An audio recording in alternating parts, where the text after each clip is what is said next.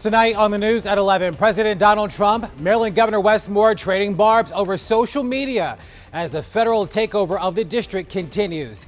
And tonight, National Guardsmen now seen carrying handguns and rifles throughout the streets of D.C. after being ordered by the U.S. Defense Secretary.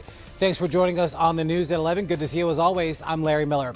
The president's promise to deploy the National Guard troops to cities throughout the U.S., including Baltimore, prompted the governor to respond sharply. Our Lionel Donovan getting us up to speed tonight. For the past few weeks, President Trump and Governor Moore have sparred over the National Guard marching throughout D.C.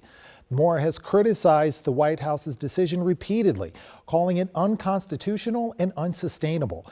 Meanwhile, Trump has pointed to Baltimore's crime rate, calling the city out of control and threatened to send in the National Guard. Now, that's despite data showing crime in the city at historic lows. Today, their war of words picked up steam, and funding to repair the Francis Scott Key Bridge may be caught in the crossfire. The verbal showdown between President Trump and Governor Moore continues to escalate. Although the Maryland governor has spent months voicing his disapproval of the president's decision-making and priorities, the decision to deploy the National Guard in D.C. has caused the two leaders to clash once again. Last Thursday, Governor Moore sent a letter to the White House, inviting President Trump to walk Baltimore's streets during the city's safety walk in September. The letter came after President Trump suggested crime in Baltimore was too far gone. Donald Trump, if you are not willing to walk our communities, keep our name out of your mouth. On Sunday, President Trump refused, writing on social media, quote, "As president, I would much prefer that he clean up this crime disaster before I go there for a walk." Wes Moore's record on crime is a very bad one, unless he fudges his figures on crime like many of the other blue states are doing. In that same post,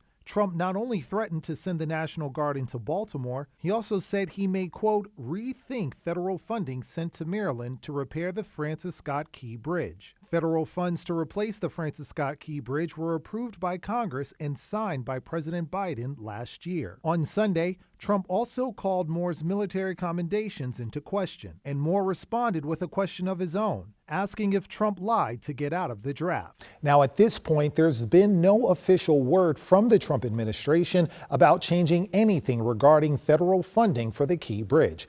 Also, according to FBI statistics, Baltimore's homicide rate has dropped 22% compared to this time last year, and non-fatal shootings have also dropped 19% in the same time period.